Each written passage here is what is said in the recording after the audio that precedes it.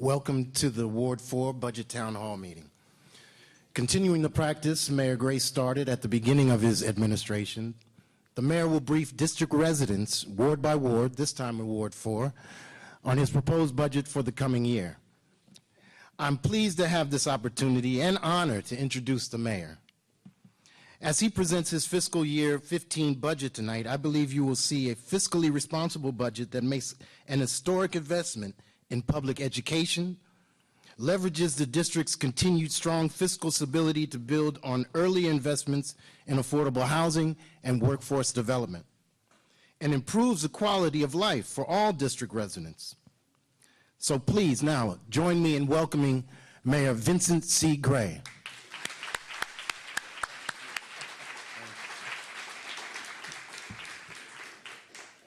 Well, thank you very much, Keith. I appreciate the very nice introduction, and we have the perfect prescription tonight. It's raining like heck outside, and the Wizards game starts at 8 o'clock, right?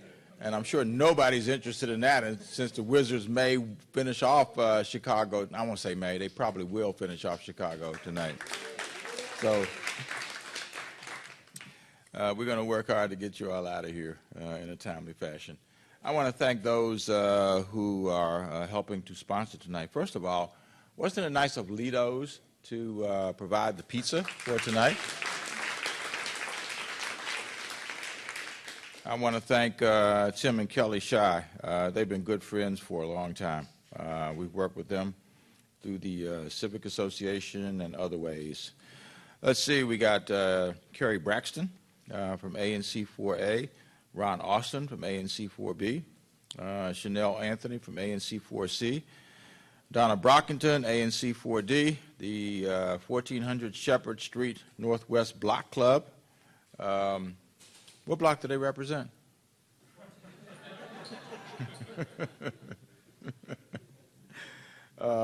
The Citizens Aware, Concerned Neighbors, Inc., and the Shepherd Park Civic Association. So thank all of you all for stepping up and agreeing to support this tonight. I don't have what I normally have, and that is an agenda, but I think I can follow it. I think I got it memorized by now. Yeah. All right, Jeff. We have for those of you who don't know, we have a relatively new CFO. And he has hit the ground running. We worked with him through this entire budget process. And like a trooper, he has been out with us at each one of these meetings. And we're delighted to have him with us tonight, but we're even more so delighted to have him working with us in the District of Columbia, having come from Phoenix, Arizona. I've never asked him, you know, because we'll be playing Phoenix during the season, won't we? Yeah, in August. In August. Oh, okay. I want to ask you which team you're going to have to go with. Yeah. Okay. What about football, though? Trust me, I don't go there either after 3-13 season. Anyway, please join me in welcoming Jeff DeWitt.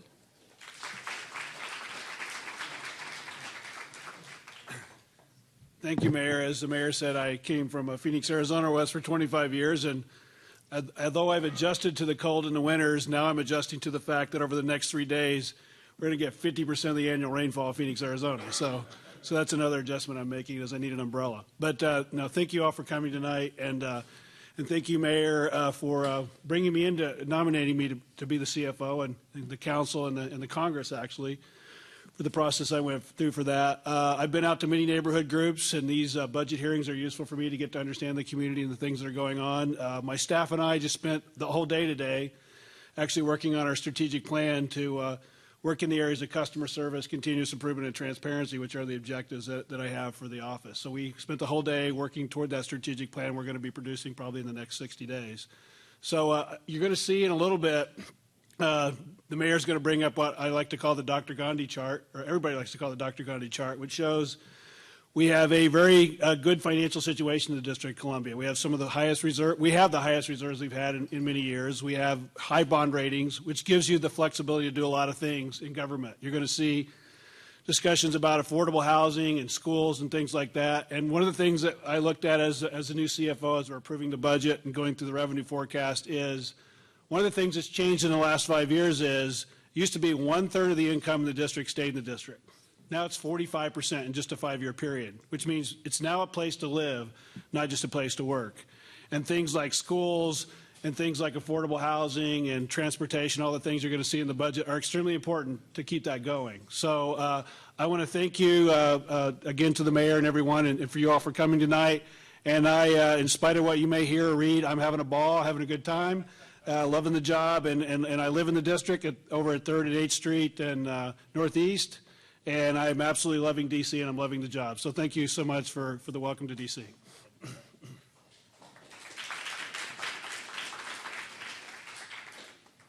Thank you all very much. I want to thank all of you all for coming out tonight and being a part of this. You know, one of the things I want to mention is obviously we know where we are from an elections perspective. On April 1st, we lost. But we are working very hard. We've put together a plan which really looks at what we can accomplish over the next 8 to 9 months. And everybody in this administration will be working very hard right up until there is a transition to whomever that may be. So the District of Columbia has come a long ways. We're very proud of where the District of Columbia has come. We have lots of work yet to do. There's not a director in this room that doesn't have major initiatives facing her or him over the next few months, and I promise you we're going to work hard to get that done. I do want to recognize someone tonight who we were able to salute at a luncheon today who has done just an absolutely extraordinary job. We knew that some of our folks were going to get recruited, and they are already. Prince George's County was looking for a chief administrative officer, which is like the city administrator for the District of Columbia, and they have recruited, smartly so, one of our people, and our DCRA director will be going out to work in Prince George's County, and of course that is Nick Majette, who is a your native award for.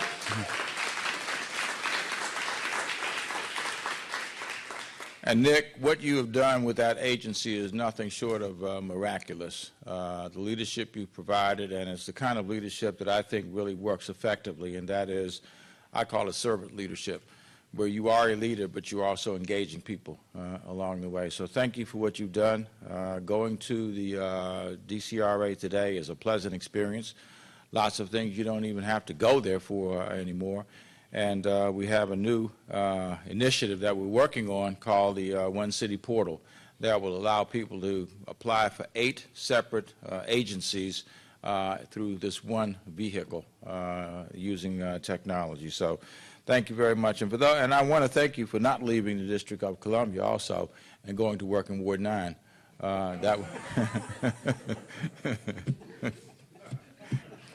You know, I better stop that because Rushion Baker's a friend of mine, and he is not going to probably take too kindly to that because I've used that a couple of times. So, I won't tell him you said it. You going to tell him I said it was Ward 9?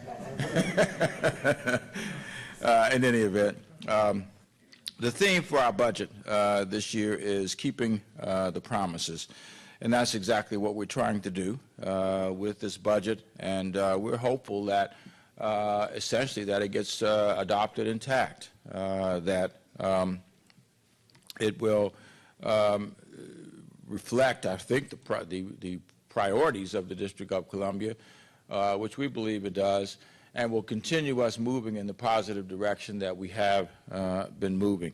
Our city is doing extremely well. I don't know how to put it other than that, and those who pay attention to this kind of stuff, you recognize that it is doing quite well. This budget will allow us to continue the fiscal responsibility that we've tried to establish. It is a structurally sound budget, which means we're not spending more than comes in the door. It preserves our 12% debt cap, which is a self-imposed debt cap because the charter requires us to have a debt cap of 17%, which of course would increase our debt service and allow us to put less money into operations. So a 12% debt cap is allowing us to continue to do a number of things that we want to do, but at the same time is allowing us to be able to put more money into operations as a result. And then there are no new fees and no tax increases in this budget, which continues a process that we have committed ourselves to and followed from day one back in 2011. The chart that Jeff was referring to is the one that's on the screen now. It is a chart that reflects where we have been over 20-plus years in terms of our bank account. And if you go back to the early 90s, early to mid-90s, going up to the late 90s, you will see a rather dismal picture, and that is the level of debt. Anything below that black line, that blue line that goes down below the black line, is the level of debt that the District of Columbia experienced during that era. And then along came the Revitalization Act and the Control Board, and during that era, Mayor Anthony Williams was elected also, and it started a period of being able to reestablish a sound fund balance for the District of Columbia. And as you can see, it went up tremendously. It went up from almost nothing all the way up to, by the time Mayor Williams left at the end of 2006, that there was about $1.5 billion in the bank. And then we had a period when it went down. When I came into office, the budget that we inherited was balanced on the basis of going into the bank account and taking $200 million and putting that into the budget. It would have had $700 million left, which would have been the lowest bank account we would have had in many, many years in the District of Columbia. And we worked hard that first year. That first budget was pretty tough, wasn't it, Eric and John and Susan? It was a tough year. Almost hard to remember now. We probably don't want to remember it, but it was a very tough year. And in fact, some of you will recall that we had furloughs, that first budget for us. We had 4 days of furloughs that saved the government $22 million. But we started to turn around our fiscal fortunes at that point. And by the end of that first year, we were at the stage where we were seeing really positive gains in terms of our finances. So much so that we looked at where we were and we said, let's determine whether we can give back the employees their money. They had contributed, in a sense, $22 million, because those furlough days were taken on holidays. They were taken at times when the government would have been closed, people would have been paid for it, but we didn't want to interrupt the operations. So people paid with their holiday pay to contribute to the balancing of the budget. In any event, I proposed to the council that we give back the $22 million to the employees. The council approved the request, and in fact, we did. We gave back the entire $22 million to the employees of the District of Columbia. And we have been on an upward trajectory ever since. And our audit that we got in February showed that we not only had a balanced budget, but we had increased our bank account, our fund balance once again by, I think, $321 million. That took us up to $1.75 billion. That is the largest bank account in the history of the District of Columbia. And there's no reason why we can't continue to do that, especially since we're reinvesting in many instances that interest right back in the operations of the District of Columbia. It has helped with our bond ratings. We went from being on, negative outlook to having gotten an upgrade from one of the agencies, and we think that we could be in line. I don't know if we've heard from them, Jeff, since we were there. Probably another month or two. Guys take a long time, don't they? We hope that there's a possibility that we could get an upgrade. Standard & Poor's gave us an upgrade last year. We went from A+ to AA-. If you look at the bottom of that chart, you'll see that some of those ratings haven't been changed for a while. Moody's hasn't changed in, I don't know, 3 or 4 years, nor has Fitch. So we're hopeful that they will look at the really positive fiscal position that we put ourselves in on behalf of the people of the District of Columbia and think about raising our bond rating, which would lower our interest rates, give us more credibility in the financial markets, and continue to keep the district positioned as a sound, financially sound jurisdiction. In terms of the baseline budget is where we start each year. And you can see at the bottom of this chart where we started each year since we've been here. The first budget we did was the fiscal 2012 budget, and we had a gap. The gap meaning that if we were to continue to do the same things that we were doing the previous year, how much more money would it cost the city to be able to do that? That's the definition of the gap. And so we have a gap. We had a projected gap of $322.1 million that first year. We lowered it. We closed the gap, and then by 13 we had lowered it to $172 million. By 14 we had lowered it down to $79 million. And this year, starting the budget process, we had a gap of only $2.7 million, which, given the size of our budget, is virtually nothing. And so people should feel very good about where we are financially. In fact, not only did we have such a small gap, but then in February we found out from the chief financial officer that we could expect, another $138, $37 million that has gone into this budget. So we not only closed the gap, but we had a lot of other money then to be able to spend on initiatives that are important to the people of our city. The next slide shows you what the local fund budget summary is. Our approved budget for this year is $6.35 billion. That is our money, our property taxes, our income taxes, our sales taxes. That's what the local budget is. The total budget, which you'll see, includes things like federal grants and Medicaid and stuff like that. But this is just looking at the dollars that come from the local taxpayers.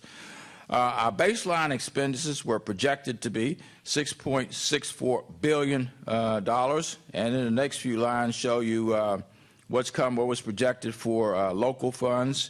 There were some adjustments that had to be made, which I'm sure nobody really cares much about that. And then we had projected in this budget a 4.5% increase over the fiscal year 14 approved budget.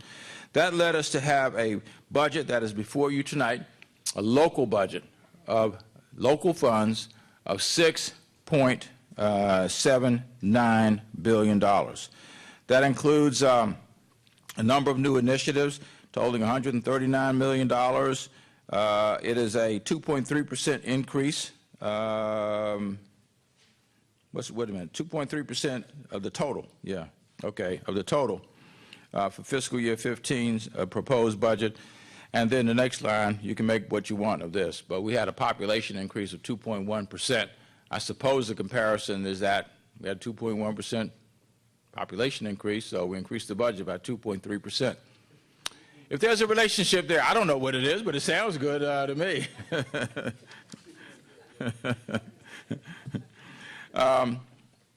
In any event, the next slide shows you how the money is spent. And the two things I really want to focus on, or three things, are, as has been the case for many years in the city, the lion's share of the money is spent on human services because there are many human needs in a city of the complexity of the District of Columbia, and that includes our health care expenditures as well. That is 40% of the budget, $4.34 billion of a $10.7 billion. That is with all the federal dollars that are included. That's how I get to the $10.7 billion. Public education, which is hugely important to us in the city, is 20% of the budget. So between human services and public education, that's 60% of the expenditures in our budget. And then the next biggest area, I guess, would be public safety, which is not surprising. That would, of course, include our Metropolitan Police Department, Fire and Emergency Medical Services, Department of Corrections, Homeland Security and Emergency Management, and the Department of Forensic Sciences, among a number of areas there. So the one I want to focus on, though, I think is the best bargain in town, is we spend $470 million, only 4.4% of our budget on economic development. Anybody seen any cranes in the city recently? A lot going on, don't we? And that is generating new dollars for the District of Columbia. We on any given day, you have anywhere between 50 and 65 cranes at work, building things in the District of Columbia, which then returns dollars to the taxpayers of the city. The next slide looks at where the money is coming from. We have 71% of it. I've already talked about, that coming from property taxes, income taxes, and sales taxes. And then the other 30% or so comes from federal sources. Most of it is Medicaid. 19 of the 28%, that's about 2/3 of it, I guess, comes from Medicaid. That actually is the biggest budget. Our healthcare finance budget is the biggest budget in the District of Columbia. And it's not surprising because that's probably the case in most states as well. We have one of the most generous Medicaid programs in the nation. We cover a lot of services. A lot of services are mandatory, but there's a lot of services that are optional that we don't have to cover. And we cover those with the most generous public health insurance program in the nation. There are 4 pillars in this budget. First, we're going to continue the improvements in public education. Talk a little bit about that. We're proposing to invest, that's what's in this budget, an increase of $116 million in additional education investments, $112 million going to DCPS and public charter schools combined. Most, I think, know that when a dollar goes to DCPS, a dollar then has to go to public charter schools. So if, for example, you have $100 million going to the 2 public education sectors, $50 million would go to DCPS, $50 million would go to charter schools, and that is the requirement of the law.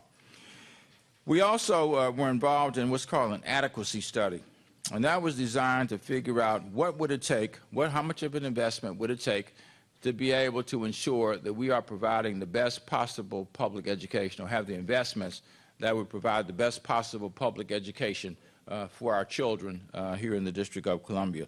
And of that $112 million, $60 million is going for investments for the adequacy study, which in substantial part will allow us to add an investment for young people who are at risk. There's a weight that will be added to the funding formula that will include a risk factor for young people who may live in situations where there's high poverty or a variety of other things that put them at risk. They may be young children who receive free and reduced lunches, meals, which is another way of determining the same thing.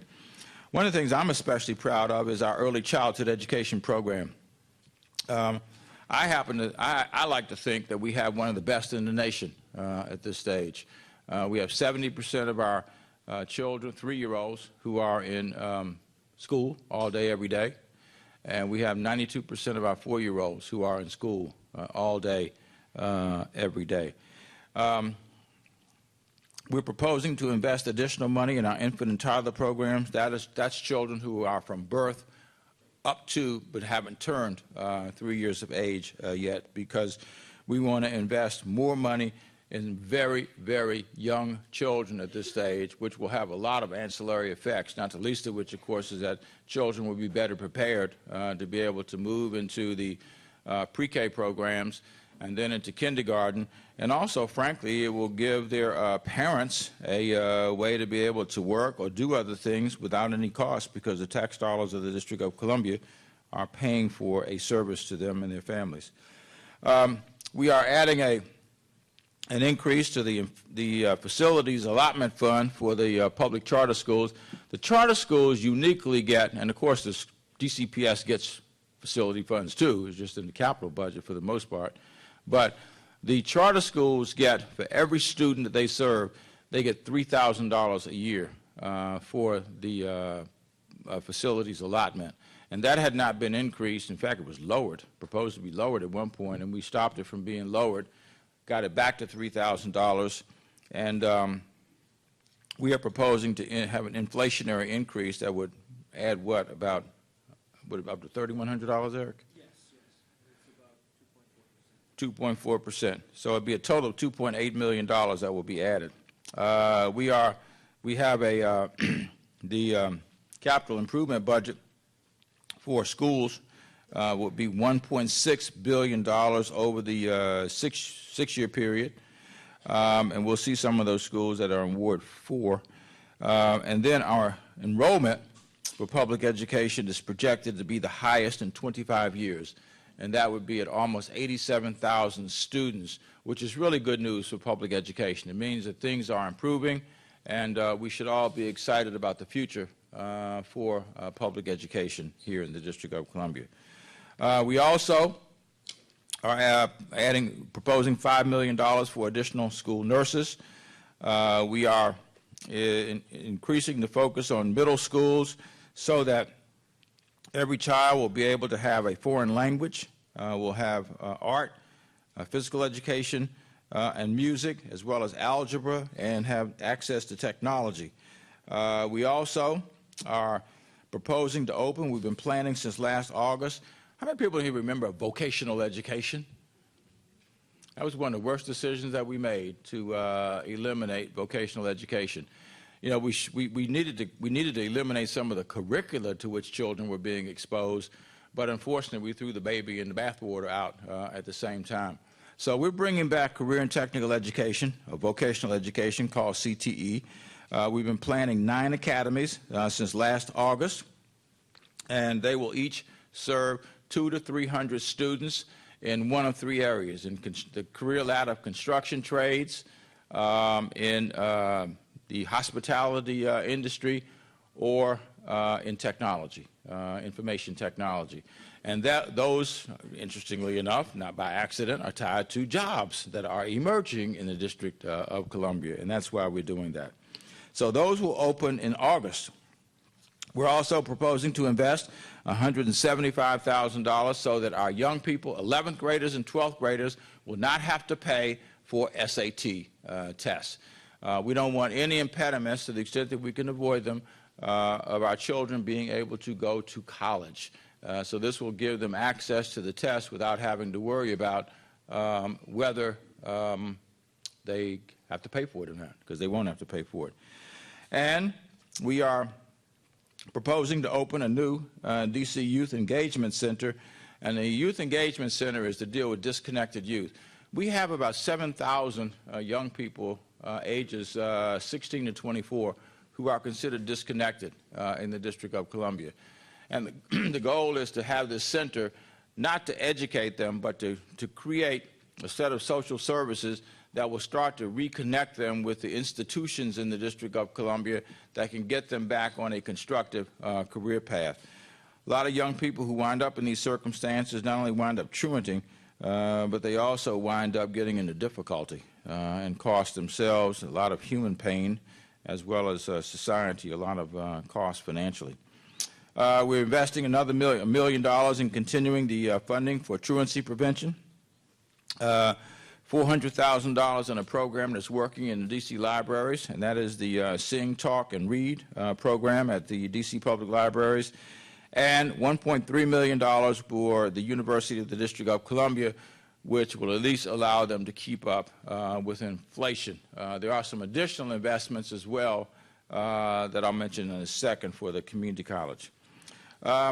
In terms of school modernization, which is renovating schools, whatever phrase you want to use, we're proposing $404 million in fiscal year 15, $174 million in high schools, $20 million in middle schools. Elementary schools will be at about $116 million, and then general improvements, Brian, that would include some of the ADA improvements as well, right? I was just having a conversation about that. I think it was Parkview we were talking about, and trying to make sure that because I think we're planning some work this summer on ADA improvements at Parkview. Yes, and a number of other schools as well. Okay. So that's one of the pots that we dip into. That would be for next fiscal year, of course. But we do have money for this fiscal year. Just so you can see some of what's planned between this fiscal year and 2020 for Ward 4, $412.6 million, $130 million invested in Roosevelt, which is already underway, well underway, $117 million invested in Coolidge, $7.5 million in Truesdale. Whittier will be 6.6.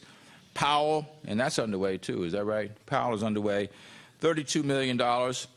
Shepherd Elementary School, $15 million.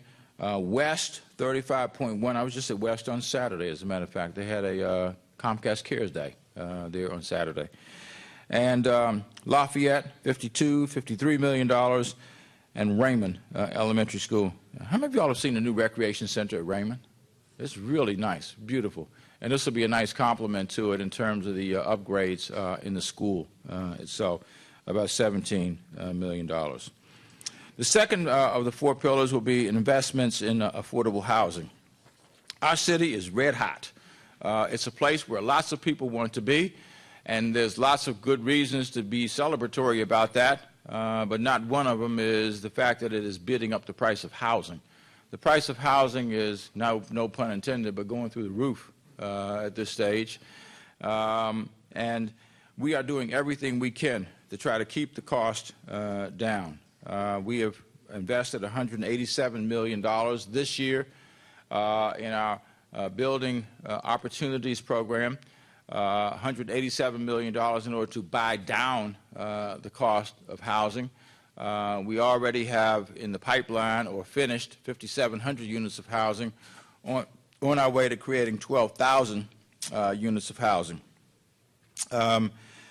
This year we're proposing another $100 million, and if this can be done on a regular basis, we think we can really start to create enough affordable housing to make a real difference in people's ability to stay in the city. We're working hard, Nick, not to send them out to you out there in Prince George's County, unless people just want to go. And I mean that quite seriously in terms of people feeling like they're not being driven out of the city. That's one of the purposes of this investment. We're putting $8.5 million into a program that was the architect of which is Councilmember Anita Bonds. It's a program that's targeted at seniors. In order to qualify, you have to be 70 years of age or older.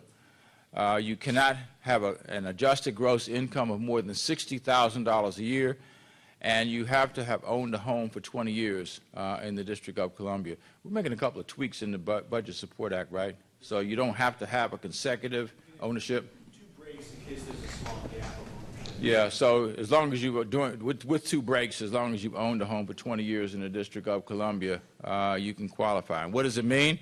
If you meet those 3 criteria, it means you never have to pay property taxes again in the District of Columbia, which is another way of being able to keep people here in the District of Columbia. We are committed to ending homelessness among veterans. It really is a critical shame. It's worse than a shame. It's unconscionable that we have people who go off and serve their country, come back after putting their life at risk, come back and sometimes end up with no job and no place to live. So the city of, I guess the city of Phoenix and the city of Salt Lake have both solved this issue. And that's our commitment over the next year and a half to be able to solve homelessness among veterans. We've gotten about, to the extent that we know, we've gotten about half the veterans off the streets already. We think there's probably another 250 to 300 veterans who still are among the singles homeless population on the streets. And the idea is with this investment to end homelessness among veterans in the District of Columbia. That investment would be $4.7 million. We're putting $4 million into the local rent supplement program. And by the way, all of these numbers add up to the $100 million that you see up at the top. $3 million for individuals and families, people on the street, and our families who we're trying to get out of DC General and these hotels at this point, and $1 million for low-income seniors, which would help get them out of nursing homes, right, Dr. Thompson? Which is a big deal for us. Eric, I always like to have you explain the LIHEAP, Heat and Eat program. I mean, it just perfectly fits you. Thank you, sir. I'm glad to explain it every time, and I do know now what the SNAP program stands for, so that's important. What the mayor did with this... I wonder if they know. Well, okay, the Supplemental Nutrition Assistance Program. That's it. So I got that down this week. No, this is actually really an exciting program here, the LIHEAP program. There was an increase in the federal match. The mayor wanted to make sure that we took advantage of the additional funds, both for the SNAP program, which provides additional food assistance for D.C. residents, but also to fund this important program which provides assistance for the low-income home energy assistance program. This could be a D.C. resident that's having trouble paying an electric bill. We don't want to have a situation where a senior is forced out of their housing simply because they missed an electric payment, particularly in the dead of winter or when it's very hot during the summer, and you could have a situation where heat could put some at risk. So this program provides that assistance. It's a 20-to-1 federal match, and the mayor has put this additional funding in the budget to allow us to fully take advantage of federal funding and make sure that we are able to help our seniors in this way. So I will continue to explain at the end. Great. Thank you, sir. Next time we'll get somebody from the audience to explain what Heat and Eat is. Some of the other things that we're doing with the affordable housing money, or proposing to do, is actually to get a lot of these families out of D.C. General. We've already started that process. We have a program called 500 Families in 100 Days. And the point is to do that, do just that, to get them into apartments by the end of July. We have remaining there, I think it's 590 families that remain, something like that, at D.C. General. We've gotten 60-some families out already. So you just do the math, and I'll tell you how much more work we have to do. We are using our emergency rental assistance program and our rapid rehousing program to help people pay the rent. With rapid rehousing, we can pay 4 months of rent, and then if people are following their plan, we can add 4 more months onto that. And if folks are following their plan still, we can add 4 more months on that, so we can pay up to a year through rapid rehousing to get people out of the situation they're in and get them into a permanent home. And, you know, you do the math and you can see quite readily that it makes sense to do that. We also have reached out to congregations, mosques, synagogues, churches in the District of Columbia, and asked them to take on the responsibility of one family for each congregation to provide support for these families. What is staggering is that almost 50% of these families have the person who is the head of the family is 24 years of age or younger, which means they are, some of them are still almost children themselves.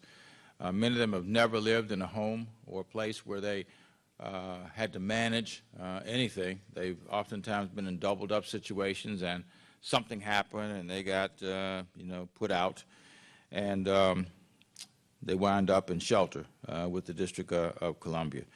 So we are hopeful that we can get people stabilized through the 500 Families in 100 Days program, and then with the assistance of our faith community to be able to have them have the assistance that they need to be able to stay in place. People have asked me about D.C. General, and I just want to make it clear, I would love to close D.C. General. I would love, it's not a nice place for people to be. Children should not be raised in a place like D.C. General. But if we are to close it, we also have to have alternatives.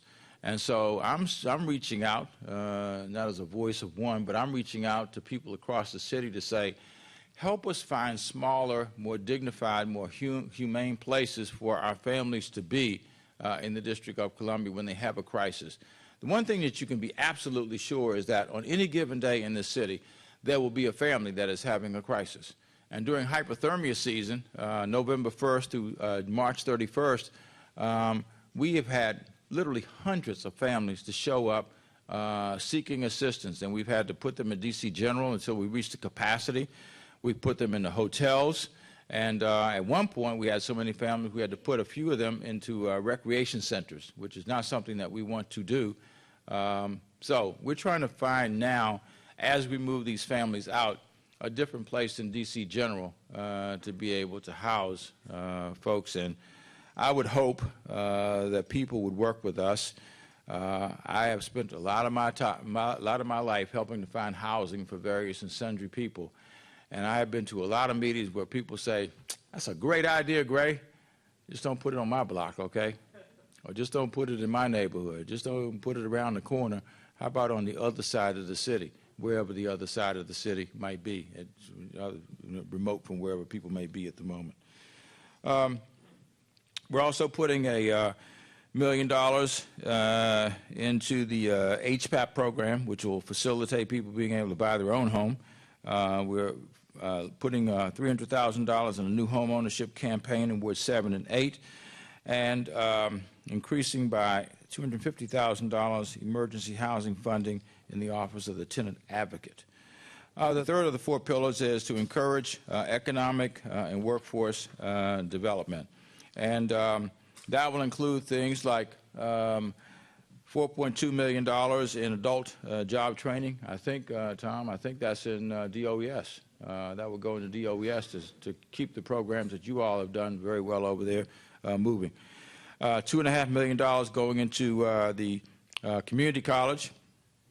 And we have now, I think for the first time ever, a real workforce development system that includes DOES, Department of Employment Services, the community college, the Workforce Investment Council, the workforce intermediaries, which have been created to help facilitate job development, and, of course, the career and technical education academies that I talked about before.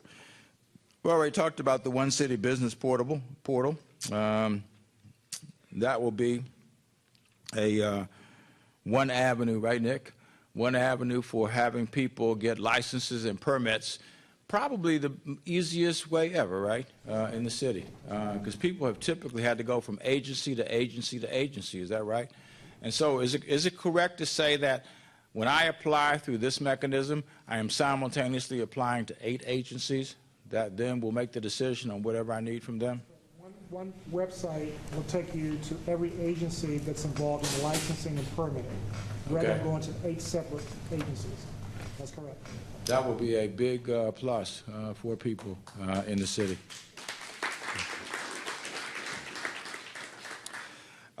We are continuing with the development of our major projects, those which have not been finished yet. The land will probably not be transferred to the District of Columbia from the Department of the Army for another, I don't know, 8 to 12 months at Walter Reed. But we're investing $1.3 million in the next budget in order to continue readying that process. We finally got approval from HUD on the plan that was submitted to them. We got that, I think, was in January or February. I can't remember now. Was it January? February? Okay. And now we're waiting on the approval for the Department of the Army. Is that right, Jeff? We're now starting the negotiations for the transfer. What's the projected date for the transfer? Do you know? We'd like to have some agreement in kind with the Army by the end of the year. By the end of this calendar year? That's correct. Okay. All right. Shops at Dakota Crossing. That was a project that had been talked about a lot and had not much been done on when we got here. How many of y'all have been to the new Costco? Yeah, lots of people, huh? Well, Costco is at the shops at Dakota Crossing, and now there will be a Lowe's that will be built there as well. It's the first retail ever in Fort Lincoln. And I know the people who live over in Fort Lincoln are happy to be able to have accessibility to these kind of amenities. And Skyland Town Center. We signed the bill for that. I think it was yesterday. When did we sign the bill for that? Yesterday. I call it the longest never delivered on project in the history of civilization. I think the people, and I happen to live over that area too, by the way, so I guess I better include myself. But I think people had gotten to two sets of feelings. One, hope and cynicism that it would never happen. But it will happen. The construction is now underway.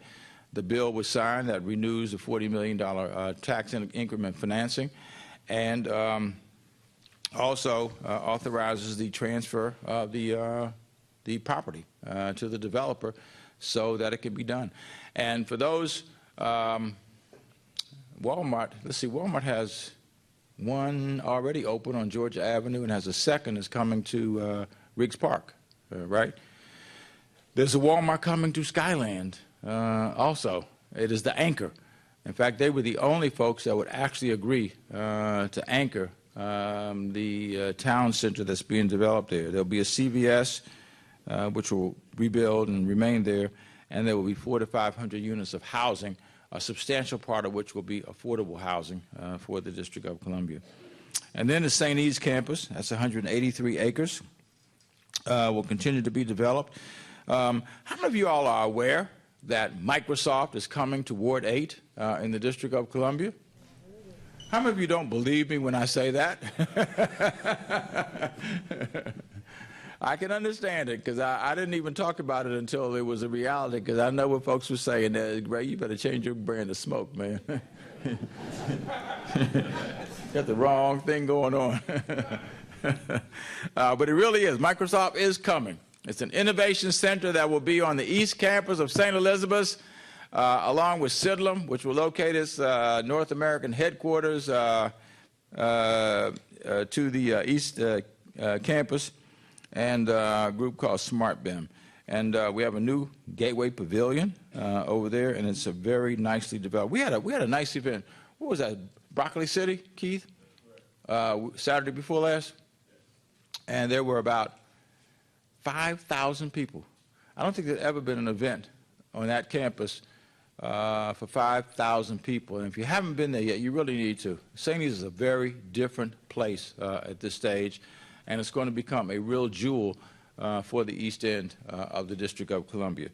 And the Southwest Waterfront is underway. The Wharf is the name of the project. And if you see cranes down there, it's because the movement is already taking place on those, I guess it's those piers or those slips or whatever down there.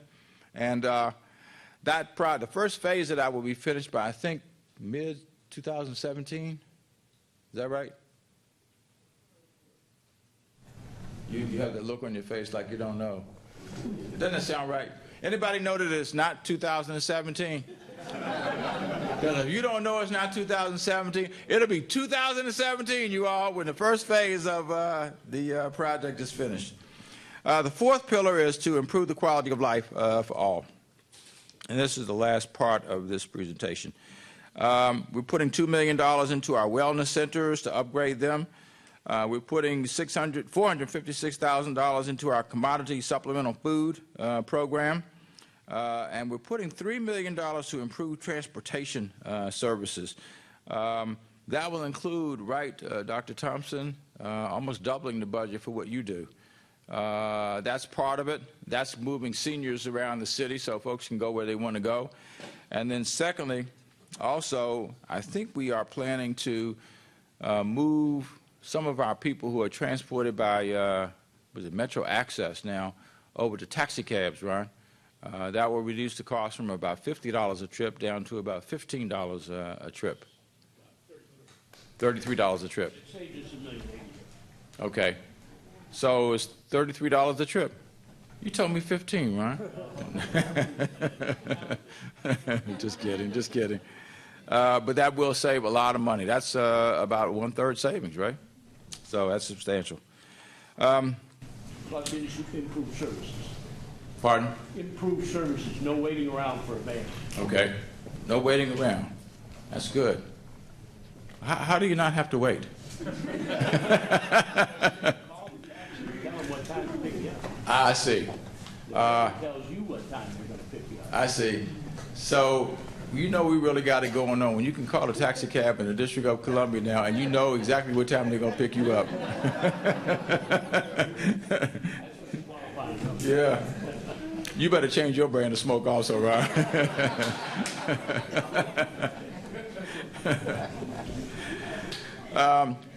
An exciting proposal that we have in this budget is the investment of $300 million, Wayne, in a new hospital, Steve, on the grounds of St. Elizabeth's, to replace the United Medical Center. Some of you all will remember. Anybody remember it being K. Fritz Memorial Hospital?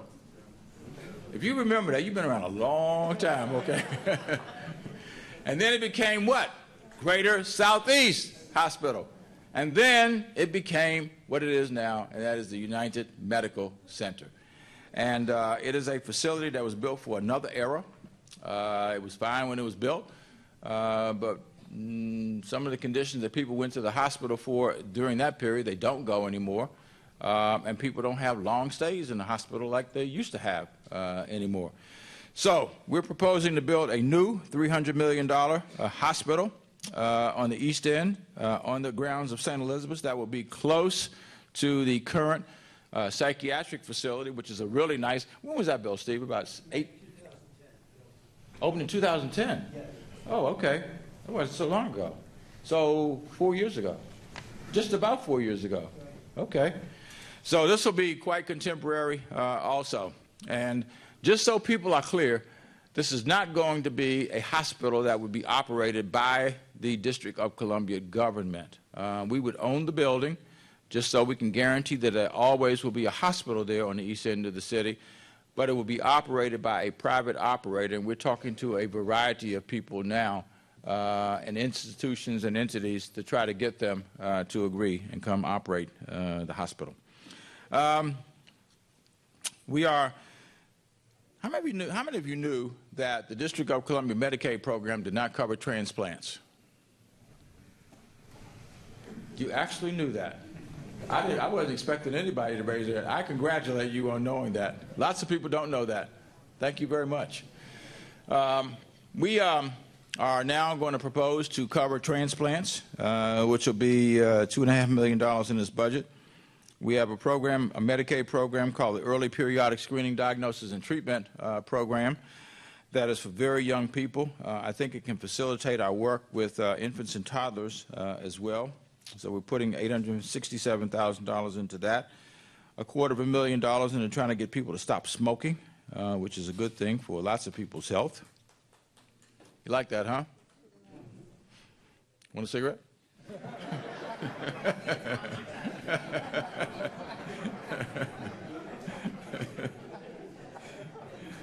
And we are proposing to put about $600,000 in the continued reduction of infant mortality. We've actually come a long ways with infant mortality in the city. When I was a director of DHS, when I started, it was 23 deaths per 1,000 live births. And over now a period of years, a number of years, we've come down to last summer, it was measured at 7.4, which is about a, I don't know, do the math. What is that, about a 60-some% drop, 65% drop? And that was 69 deaths. The definition of infant mortality is children who die before reaching the age of 1. And this is absolutely achievable. And that is to have not one death and get down to 0. That is entirely achievable. So we're going to work to try to make that happen. That's why we're increasing the investments through the Department of Health there. We are proposing to increase the TANF benefits, the temporary assistance to needy family benefits. They will get a CPI increase, which is the Consumer Price Index increase. It's like an inflationary increase in fiscal year 15 and 16, and then in 17 it will jump up by 46%, which will try to bring it back then to where it was, or would have been, was back in what, 1996? And if you keep increasing it by inflation, it's what it would have been. It would still have the spending power, right, of 1996. and will be roughly equivalent to the benefits in Maryland. And then from 2018 on, they will get an inflationary increase. In terms of Parks and Recreation, Dr. Shanklin, we're putting $1.25 million in the Fort Stevens Recreation Center, which is right here in Ward 4, to upgrade the quality of the facilities there. Public Safety and Justice will have a full MPD complement of over 4,000 people, which is kind of what we have now. I don't know how many of you all got that propaganda in the mail, those lies in the mail that said that we had cut by 400 the number of officers, police officers in the District of Columbia. That was absolutely wrong. We never cut one police officer. That was just absolutely a lie. So just to correct the record for that, all we've done is increase the number of police officers, and this is the first time we've had over 4,000 police officers in many years in the District of Columbia. And I think, again, recognizing the challenges of a growing population, we have to grow our police force with it. We're putting $4 million into a legal assistance program that will help to provide legal assistance to people who otherwise couldn't afford it. Almost $200,000 in a mobile library service for people who are incarcerated. $1.4 million into our Department of Forensic Sciences Services. Did I see Dr. Haupt come in? Yeah. Okay. Want to tell us what that's for, Dr. Haupt? Thank you. What that's going to do is provide a number of services that the district has not had previously, like, for example, digital evidence, so cell phones, laptops, iPads, that sort of thing that are now part of... It's on. Just talk a little louder, Dr. Haupt. Sorry. It goes into, for example, digital evidence, cell phones, laptops, iPads, all those things that we carry around that are ubiquitous in our lives. Those are forms of evidence as well. So that's part of the services that are going to go into that. And it's a service that the district has not had previously for fighting crime. It's like CSI, right? They're a little better looking maybe than we are, but yeah. Correct me if I'm wrong, but I think now we have probably the most advanced forensic services program in the nation, with the new building having opened now, what, a year and a half ago? About a year and a half, yeah. Yeah. Absolutely, it's a landmark. How many people have seen the new building over at, good. You ought to go see it. If you haven't seen it, go see it. It's really worth it. It's right at, what, 4th and D? 4th and E, 4th Southwest. And 4th and E, Southwest. If you come down the Southeast Southwest Freeway and you're going west, you can see it off to the right. I look every time. I do too. We're investing $91 million into continuing to upgrade our firehouses, our fire equipment. For those who don't know, we purchased 30 new ambulances that came online between August and December of 2013. And we are investing $12 million in the upgrading, replacement of Fire Engine Company 22, which is located at Georgia Avenue and Butternut Street, right here in Ward 4. In terms of public transportation, we're putting close to $300 million. We're investing in our WMATA subsidy, which means we'll fully pay our tab. We're increasing by $2 million the school transit subsidy, $5.1 million for the circulator, and an additional $25 million, which is a commitment made by each of Virginia, Maryland, and the District of Columbia for $75 million to help upgrade the equipment for the WMATA Momentum program. And I guess I just talked about the Metro Access services being converted to taxi cabs. That will cost $33 a trip, right? Right, Ryan? I got that now. And then, $5. what was that? It's $5 for the patient, same as it is now, $28 for us. If I let you keep talking, it'll be $55 by the time you finish.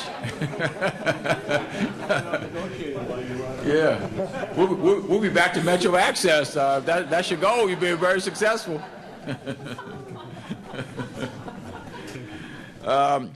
For those who don't know, which I suspect there's no one at this point who doesn't know this, that we're getting ready to relaunch streetcars in the District of Columbia, starting with the 8th Street line. We're building a new bus garage that will cost $41 million, and we're purchasing new circulator buses. How many buses will we get for the $49 million? Do you all know? So the first thing we're going to do is replace some of the older circulator buses. I believe there's 49 of those that will be replaced over a multi-year period.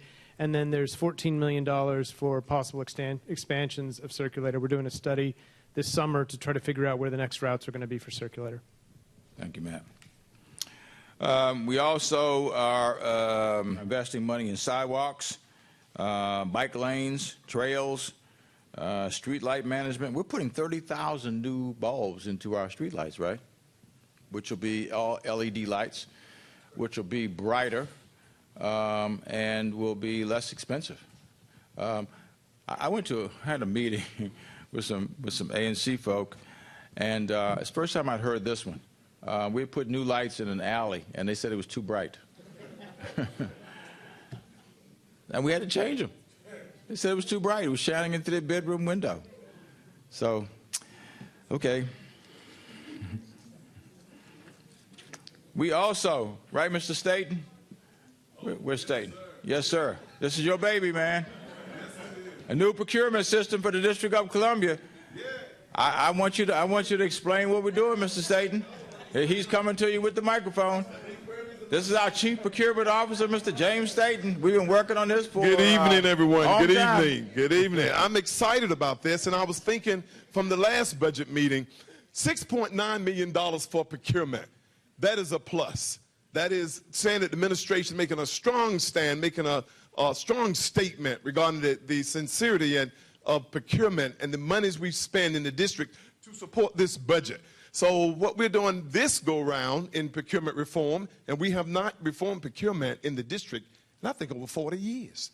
So what we're doing is we're detailing about 40 staff out of my office. We are hiring attorneys, and we are detailing them to the agencies. And we're going to use the word now that agencies directors are also being held accountable for procurement. So they won't run to the mayor and say, it's James Staten, it's James Staten. And the mayor going to say, you have a responsibility in this as well. So it's delegated procurement authority. The chief procurement officer can delegate his authority to the agency directors and their staff. And if they don't do right, I can rescind the delegation and bring it back in-house. But another advantage of this is the procurement staff. It's an opportunity for the procurement staff to learn the agency's operation and the agency's business. The outcome of that certainly will be the improvement of operating efficiency, and where we can really get down to, and I know the OCFO looking at me, and I'm going to use the word, where we can really get down to saving the district money. Our job is to procure goods and services in the most timely and economical manner. And so that's what this delegated procurement authority is going to allow us to do. Again, educate where procurement officers, procurement specialists will learn the agency's business. They will work together in integrated procurement teams along with their lawyers, procurement attorneys to help shorten the gap and the lags between getting the procurement started and making an award. So I want to thank the mayor, I thank the budget office, I thank the CA here, my boss, my other boss, for his support in getting this done. So, Mr. Mayor, I'm thankful for $6.9 million, and I'm going to plan to use every bit of it. Thank you. And the beauty of this is that if it works, he can take the credit. If it doesn't, he can put it on the agencies that, where he's delegated all this stuff to. The other thing I want to mention on this slide is we are proposing to continue the City Fund, which is a fund that we set up for nonprofits to be able to apply for money. We just awarded the first grants of almost $4 million, I guess. And it was amazing. We had 315 agencies that applied, and the total applications were over $30 million. So is there a need in the District of Columbia? I think that's a lot of evidence for the need, and we've asked the council to continue the One City Fund. We are proposing to invest in more efforts to achieve legislative autonomy, budget autonomy. And by the way, this is litigation, but it was not intended to be adversarial litigation. It was intended to try to get an answer to a question that is on the table, and that is whether the action that has been championed by the council, in fact, will result in a change and therefore budget autonomy, or whether, in fact, it remains as it is and work will still have to be done. It's very important to us now because we are obviously in the budget period, and it will help to answer the question of whether we have 2 votes on the budget, 1 vote on the budget, whether we have 56 days or whether we have 70 days. And we hope to get an answer soon after May 14th, after Judge Sullivan has his hearing. We're proposing to hire a statehood commission director, and we're putting $100,000 in the budget for the statehood commission. Some of you probably followed the Tax Revision Commission and a host of proposals that they've advanced, some of which are really very forward-thinking proposals. They include things like having a unified approach to taxing tobacco products in the District of Columbia, having $18 million set aside for tax relief for a variety of purposes in the District of Columbia. Actually, that was set aside about last year, wasn't it? Excuse me, I misspoke on that. It's a question of how it would be spent. Pardon, we're carrying it forward. Yep, okay. And a number of other opportunities, and we have some of those proposals that are included in our additional funding priority list, which starts on the next slide. We are lowering the business franchise tax from 9.975 to 9.4, right? I know everybody is ecstatic to see that. Yeah, that's right. Absolutely. That's right. How much in taxes did they collect tonight since they gave away all the pizza, right? Not much. I think we'll take the single weighted sales apportionment factor off of this slide, Eric. I don't think there's a... We put this in here so people can read it when they go home if they need something to help them get to sleep. Right, okay. We'll remove it for you, okay? Good idea, Eric. I'm with you on that one. Take it off. There is a proposal that I don't like, and it would, I guess people call it the per capita tax, the head tax, or whatever you want to call it, where it would be $100 per year for employees. You know, if I have 10 employees, and I would pay, what, $1,000 for those folks. And a lot of this stuff is balanced because all these proposals fit together. So if you pull one out, then it gets unbalanced. And so we're just trying to figure out now what we can live with. We frankly I chose the process of investing in education and housing because I think that's what people want in the city.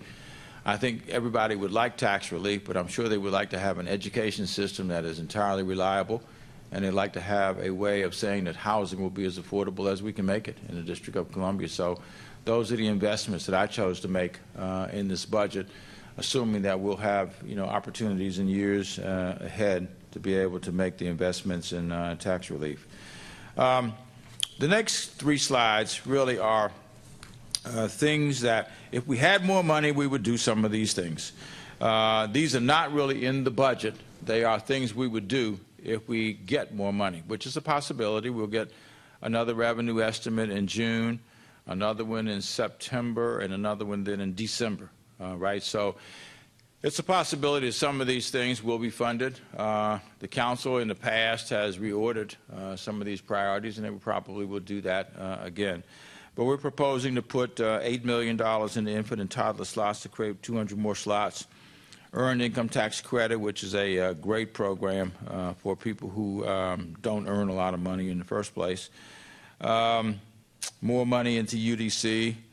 I won't spend a lot of time on this stuff. You can read it. It's on the screen. $8.5 million for a mayor's scholarship program. $10.2 million in increasing the personal exemption for people in certain tax brackets, $10.1 million for the standard deduction here in the city. And really, that's about it. $13.9 million that would reduce the estate tax. It would take a lot of money to get us down to that point on this list, wouldn't it? Yeah, about 150 million, but we're remain optimistic. Mm-hmm. Yeah. We'll take questions now in all seriousness. Yes. Hi, my name's Sarah Sorsher. I'm here to ask you a question about my local elementary school, Bruce Monroe Parkview. We were just talking about that. We were just talking about, I really appreciate the extent to which you've prioritized ADA access this summer. It was a priority for us, too. It's a testament to your leadership that you were able to get that done. The question I want to ask is about why we were taken out. Our school was also, at the same time, taken out of your 5-year capital budget. And we have a lot of non-ADA needs at the school. We're over-enrolled. We have students who are receiving special ed in an unheated classroom. We had the cafeteria closed for part of the winter due to heating problems. And we have students who are going up and down a narrow alley to get to recess that they share with delivery vehicles. And the estimate for fixing all these problems is actually very small. It's only $10 million, which is kind of a pittance compared to what a lot of schools have cost. And I just wanted to know I know there's priorities in the budget. I want to know what specifically made our school a low priority such that it was originally scheduled for 2016 and now it's not in the 5-year budget at all. Brian. Hi, I'm Brian Hanlon, DGS. So I'll get teams out there to take a look at the heating systems. We did have some struggles around the whole portfolio this past winter during the very, very cold weeks that we had. And we'll make sure that those get addressed. And I think just as a kind of a global answer to the challenge of balancing the CIP against the needs that there are many schools around the district that do have capital needs, and we're addressing them as fast as we can. And I think it's part of the balancing act of trying to deliver a fair and equitable program as quickly as we can. We'd like you to address these needs a little faster than 5 years out. But I think you probably share the sentiments of a lot of people, and the issue for us is that, fortunately we're in a position where we can fix a lot of these schools. It used to be nothing got fixed. Mm-hmm. But again, the needs are greater than the capacity that we have at this stage. I suppose if we got a bunch more money in, it would create more borrowing capacity for the schools. But I hear it everywhere I go, and that is, school X is not in there, and then we move it around, then people will say, thank you for moving school X up, and then why did you move school Y down?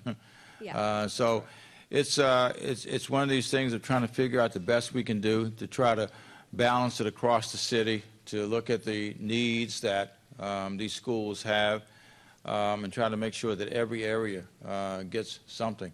The day will come when we will have gotten every one of these schools done, and then it won't be the same level of pressure. And so I understand your issue. I understand your need, and I hope I don't expect you to accept it, but I hope you'll appreciate the fact that we're trying to get as much done as we possibly can across the city as quickly as we can, but we can only do so much within the borrowing capacity that we have at this point.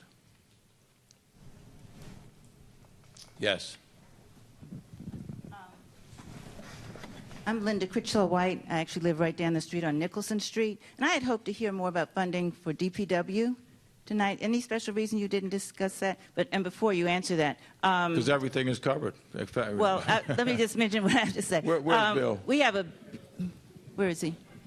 Thank you. Okay, we have a beautiful city, but recently a number of medians and trees have been added to the streetscape, but they haven't been maintained, and that includes 16th Street right here, New Hampshire Avenue, Sherman Avenue, and even your neighborhood on Pennsylvania Avenue. But when we call about servicing the medians, we're told that there's not enough money in the budget. So some ANC commissioners and others have asked for a plan so that we would know about street maintenance, but as far as I know, the ANC commissioners have not received the plan. So I hope money will be put in the budget to design and publish a plan for street maintenance. And it's in our neighboring jurisdictions, Montgomery County, Prince George's County, Arlington, Alexandria. When I drive across Eastern Avenue, Western Avenue, whatever, the medians are well maintained. They've been like that for this year since March. But when we call DPW about DC, they say they're still dismantling the snow equipment. We're waiting for Maryland to come in and do ours, too. Maybe so, but we do need to go across the bridge or up the street and find out how the others do it's entirely a DPW issue. No, is it, the medians are shared between DPW and DDOT. The medians that have flower beds, shrubbery, and those types of things are managed by DDOT, and I believe DDOT has a contractor that manages those. The medians that have grass are managed by DPW, and we are mowing those. We're just getting started with the mowing. So we are doing it. We this time of year the grass grows faster than we're able to manage it. But as we get into May and June, we'll be up to speed. But we're right now out there cutting and mowing those medians.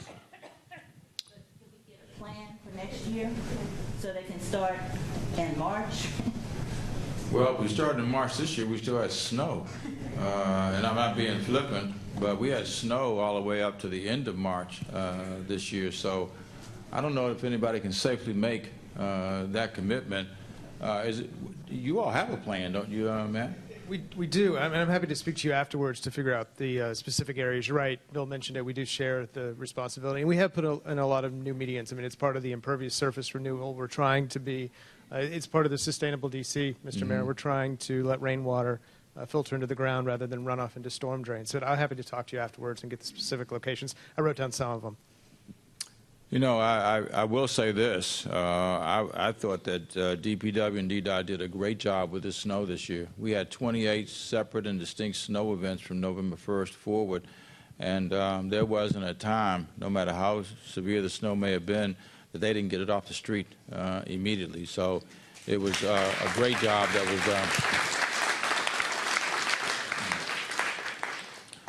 done.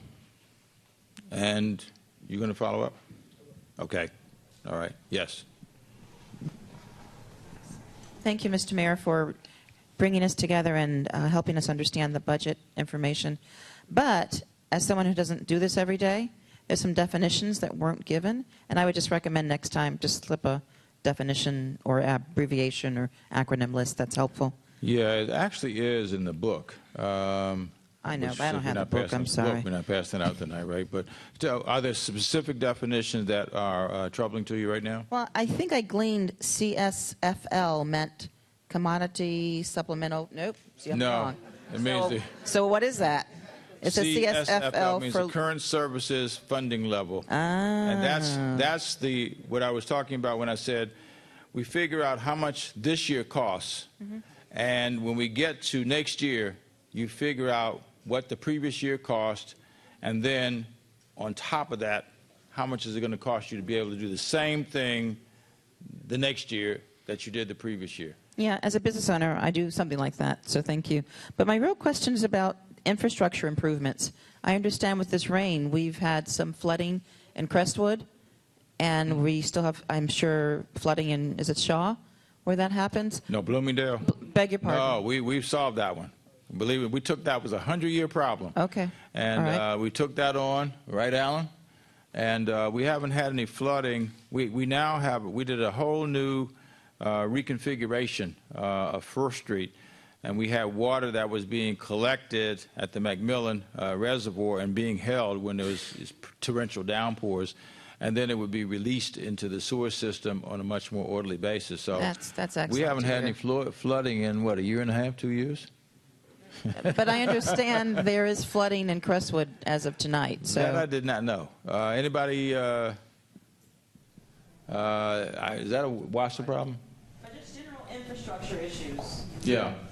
Well, it depends on what the infrastructure issue is. If it's a sewer system, that would be DC Water.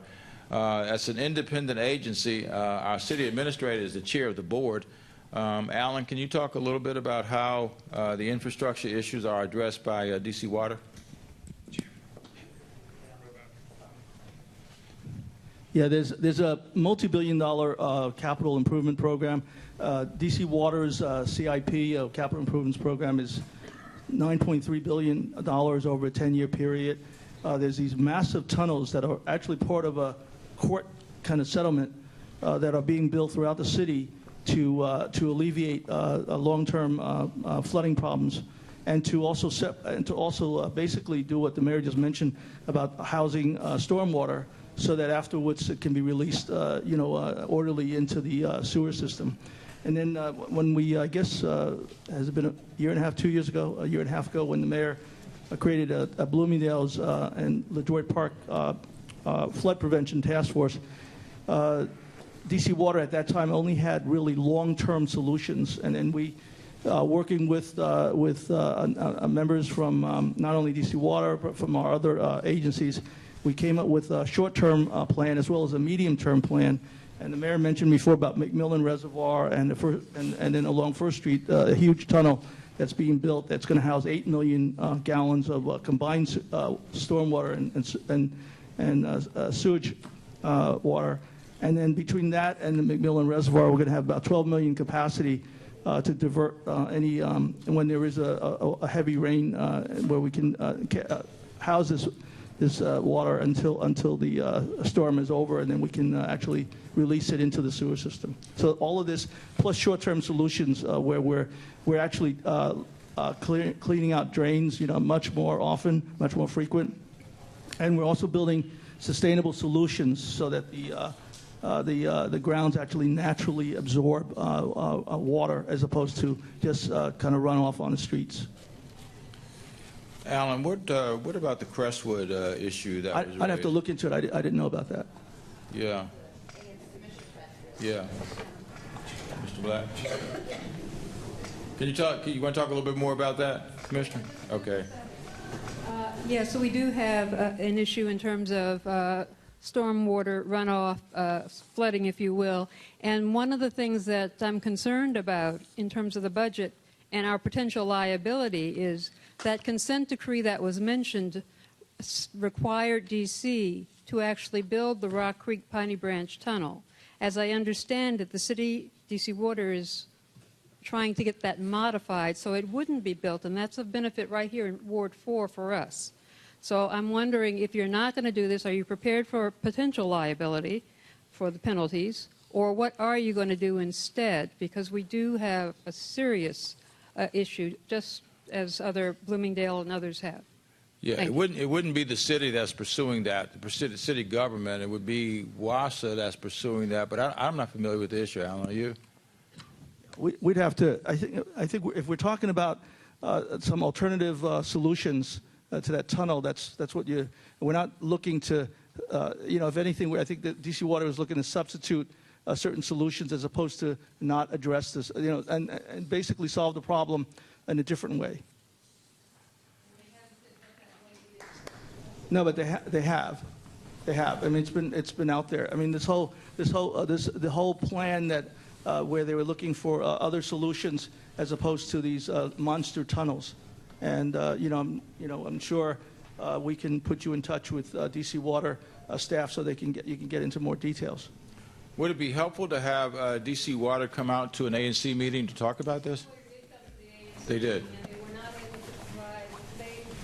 They talked about the sustainability plan, yeah, the adaptive method, which means that it's to be studied, and if something works, we might try it. Whereas right now, the consent decree requires by a time certain that be fixed, and there aren't specific performance measures. We've been to their town hall. They came to us, and we've had many conversations. What was it left off when you all finished that discussion? I think that DC Water and others are going to go to the court. My understanding is that they're going to get back to the ANC officially at some point, but my impression is that DC Water, the city, is going to ask Department of Justice and the Environmental Protection Agency for permission to modify the consent decree and not build that Rock Creek Tunnel, nor the full capacity for the Potomac Tunnel. The only one that's been built is the Anacostia. Now, we're all for green. Crestwood's very, very green. We have rain barrels. We do all of it. But that alone is not going to fix our problems for Crestwood any more than it did for Bloomingdale. Yeah. Our DDOE director, Keith Anderson, sits on the board with me at DC Water, and he might be able to shed a little bit more light on this. Thank you, Alan, and thank you, Mr. Mayor. I just wanted to address the long-term control plan that you mentioned. DC Water is moving forward with that, but they want to do it in a different approach. Instead of the gray infrastructure that is proposed in the long-term control plan, they want to do a hybrid of gray and green approaches. My apologies. Where they would use rain barrels, rain gardens, green roofs, and other technologies that capture stormwater that would have the same effect as the gray infrastructure. But I'd also like to talk to you about some of our River Smart programs that would help stormwater run off in your neighborhood, and some other River Smart schools and some other alternatives that my agency offers to capture stormwater that may help with that stormwater runoff issue that you have in Crestwood. How would you like, what would be the most effective way to follow up with you, Commissioner? I don't like to leave stuff unsettled. What would be the best approach in terms of follow-up that you would prefer? We would like to have the great weight being given to what was done at the ANC meeting, which was a resolution, at least get a response back, and to be told what specific steps and what's the time frames for carrying it out. If you're not going to do what was mandated by the consent decree, what specific steps are you going to take and when, so that we would be able to know whether or not it's going to be effective. We're all for anything that will save money, but what this is pushing it back. It's like taking out a 40-year lease when we have a short-term problem.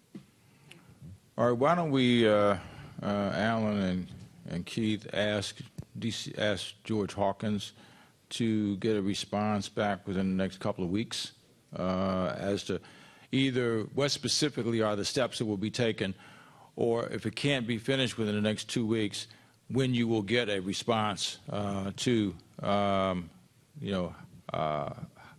this will be pursued further. Is that acceptable? Okay. You guys got it, right? Okay. Yeah, I have a question, Mayor. We'd like to, the budget presentation that Mr. Goulet did was very good, and we've talked about possibly having someone, him and or his staff, to come out to the ANC to discuss how the ANC can more effectively participate in the budget process with respect to making recommendations for budget priorities and so forth. So it's out there if that's something that the chair and the group would like to do. Okay. We'd be happy to do that. Just let us know when. It's kind of hard to, at this stage of the game, to have any impact on the priorities for the 15 budget, because the 15 budget is done for our purposes and transmitted to the council. The council has been conducting hearings now since the 3rd of April, and I don't know how many days are they into this now. This about 30 days. I wish I could tell you whether it's 56 days or 70 days. We don't know the answer to that one. But I think it may wind up being 56 days, but we'll have to see. That's what the judge's decision is to tell us. But we can come out, Dwayne, come out and present where we are, the kind of information that was presented tonight, and then maybe talk with you all, if you're interested, in a process for the next budget cycle in ways that you can get in earlier on this. The budget is so large. Yeah. We'd like to deal with it in bites that are manageable for the commissioners. Usually have 8 to 10 commissioners, and there's so many priorities in the budget that it's very difficult to address all of them adequately. Yeah. Well, when you get to the higher level stuff, we had 4 pillars that were in this budget. They framed what we did, and that was around public education, around affordable housing, around economic and workforce development, and then the broader category of improving the quality of life for all. I'm sure you'd be happy to frame the presentation that way if that was acceptable to you all, at least for these purposes anyway. I would think that if you get much further down into the list of priorities, you're going to be really down in the weeds, and it's going to probably not accomplish what you want to accomplish. Okay. Keith. Hello, Mayor Gray. How are you, Faith? Good. How are you doing? Pretty good. Good. I have a couple of different sorts of questions. Can you hear me now? Yes. Is it better? Mhm. Okay. One is a request for a special focus on a project that we've been working on for some 13 years in Tacoma, which involves pedestrian safety, public safety, economic development, and it's around the intersection just a few steps west of the Tacoma Metro Station. That one we have been working on for 13 years, and we'd like to move it along, finish it up. We got a report at the ANC 4B meeting last night that it'll take a little bit longer, maybe another year or two. And it is billed now as a pedestrian safety project, and we'd like to perhaps talk with more folks in DDOT about that. Along with that, in that same area, we have a public safety issue, which is also actually economic development issue, and that is lighting. The lighting along that strip on 4th Street, 6900 4th Street, right around the corner from the Metro Station, is very dark and very scary at night. Meanwhile, in our neighboring community, our twin community, basically, of Tacoma Park, Maryland, it's all beautifully lit up, all beautiful historic lighting, and we are dark and scary and really tough. Boy, I wish I lived in Maryland. We would like attention in Tacoma, D.C., to bring some of those Maryland folks, more of those Maryland folks, down to D.C., Tacoma, just across the line, and spend their money and spend their time in Tacoma, D.C., including There's a lot at of night. people moving into the District of Columbia from Maryland, so we must be doing something right. We want some lights there so more of them will come down and keep those businesses open and not closed. We just had Fusion closing because of 4 robberies down in Petworth. We don't want that happening in Tacoma. The other kind of question that I have is something that has been on your mind for, I know, years and years and years, wonderfully, and that is, I wonder if you could just elaborate a little bit on this number 1 in the additional revenue and priority list about increasing infant and toddler slots, which I think is just absolute key to so many advances and improvements in the District of Columbia, in education, in workforce development, in economic development, in public safety, the works, and dollars so well spent. Well, needless to say, I hardly agree with you. In fact, in addition to that, which is $8 million for several hundred additional slots, we have in the budget, actually in the budget rather than the priority list that we get more money, we have $4.2 million in the budget for additional slots. Again, my goal would be over a period of time to build such a robust early childhood education system that every child from birth up to kindergarten age would have a place in our system. The services for children who are birth up through 2 are really different kind of services than what you'd find for children who are ages 3 and 4. They're going to be more traditional. The 3 and 4-year-olds will be more traditional school-like services. Children are learning to read and engage in arithmetical concepts even by the time they're 3. And of course, they're developing digital capacity as well by the time they're 3 years of age. The programs for children who are birth through 2 are really developmental programs, and we're learning more as we go. But we do know that the socialization opportunities for children at those very early ages are hugely important. And children learn how to interact and get along with one another at those very early stages. We find less aggressive, destructive behavior among children when they are in organized programs. They learn to be more giving, more respectful of others at those very early stages. So it has not only academic, educational, developmental value, but it has social value as well. So you and I have talked about this issue before, so I think you know that I would put every dollar I had into those services and know there would be a payback because of the savings in special education, the savings in truancy, the savings in juvenile justice, and the savings, frankly, in family dysfunction that we would experience as well. So it's in my wheelhouse, as they say, and I will continue to support programs like this forever until we can say that we have made the investment so that every family who wants to participate has the opportunity to do so. Renee? Wait a minute. I'm an ANC commissioner in Ward D, which we have from 2nd Street at Kennedy Street to Kennedy Street, all along Kennedy Street to Georgia Avenue. And I want to find out what specifically is in the budget for improvement for businesses, streetscape, and also bringing businesses like small grocery businesses that can have a panoply of things so that people will go to the stores on Kennedy Street, which I think would be a better idea than the corner store provision in the proposed new zoning rewrite to disrupt residential blocks with corner stores. If we could upgrade Kennedy Street in Petworth. And so I wanted to find out what specifics in your budget and priorities for Kennedy Street. I'm looking at a few of the people in my cabinet, and they're looking the other way. So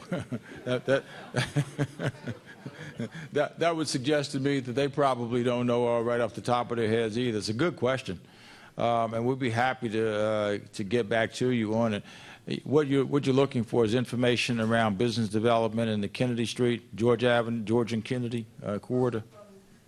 In 4D, it's 2nd Kennedy through Georgia and Kennedy.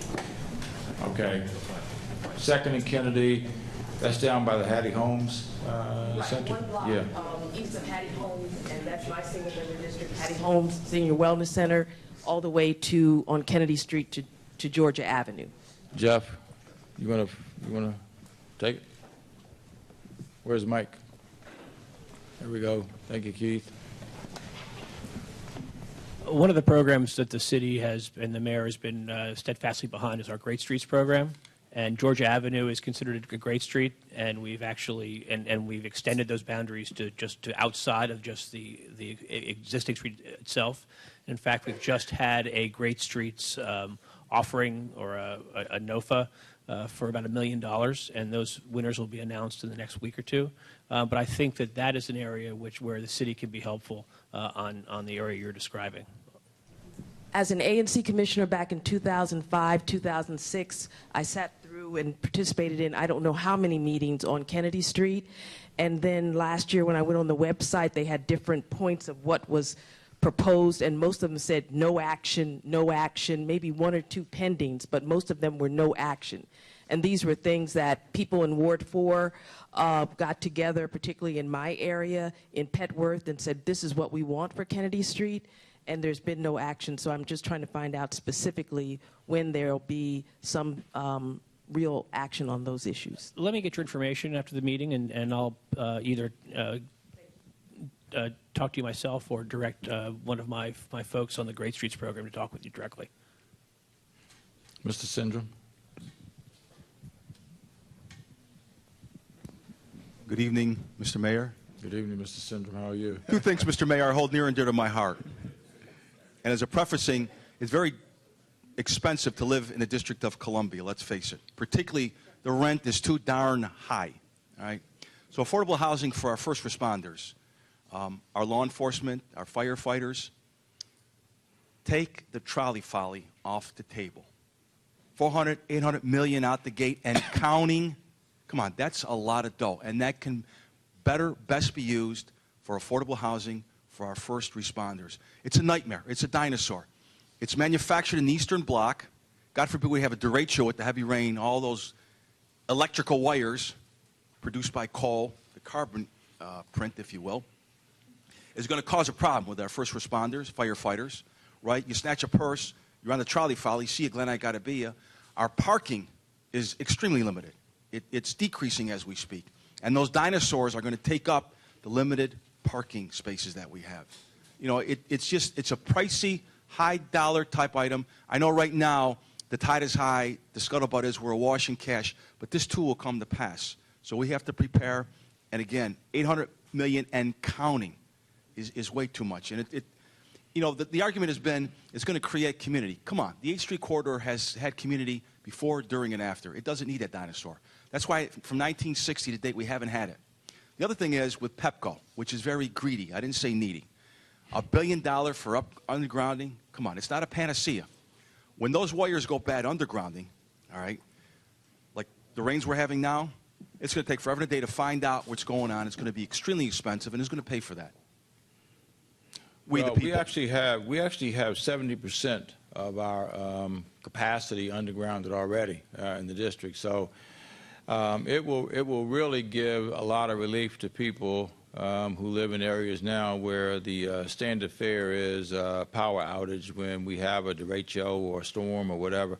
I happen to live in one of those areas where every time there's a power outage, I seem to be caught up in it. So I think that over time, it's not just about PEPCO. It's really about creating conveniences for the people who live in the District of Columbia who are so inconvenienced when there is a power outage. And when you look at, and Eric can speak to this probably better than me, but when you look at the cost to the average residential ratepayer, I think it will start at about $1.50 per month, and then we'll go, after 7 years, it'll be up to about $3.25 per residential ratepayer. A couple things. One, the biggest ratepayer in the District of Columbia, of course, is the federal government, which will then obviously share in these costs. The district government is the next biggest ratepayer, which will share in these costs. And then, because of some very creative work done by the task force that was chaired by City Administrator Liu, they were able to figure out how, when we do our street work with DDOT, that they will use federal funds in many instances to be able to do the street work. But in the course of doing the street work, they can underground the wires at the same time. And something I know is important to you, Mr. Syndrome, and that is creating jobs for people. One of the tasks that we will have is to make sure that these jobs go to people who live in the District of Columbia, because there will be a lot of jobs that will be created. And they will start to be created by the end of this calendar year, and the work will go on for a minimum of 7 years. So there's a lot of people who will be put to work in order to be able to accomplish this. One thing more, Mr. Mayor, under your watch, can you put in place Veterans Court or at least initiate it? I mean, we've got drug court, we've got family court, we've got a plethora of courts. What about for we veterans? The reason why we're not ducking grenades, bullets, and mortars, we veterans that put our life on the line for due process and fundamental fairness. All right?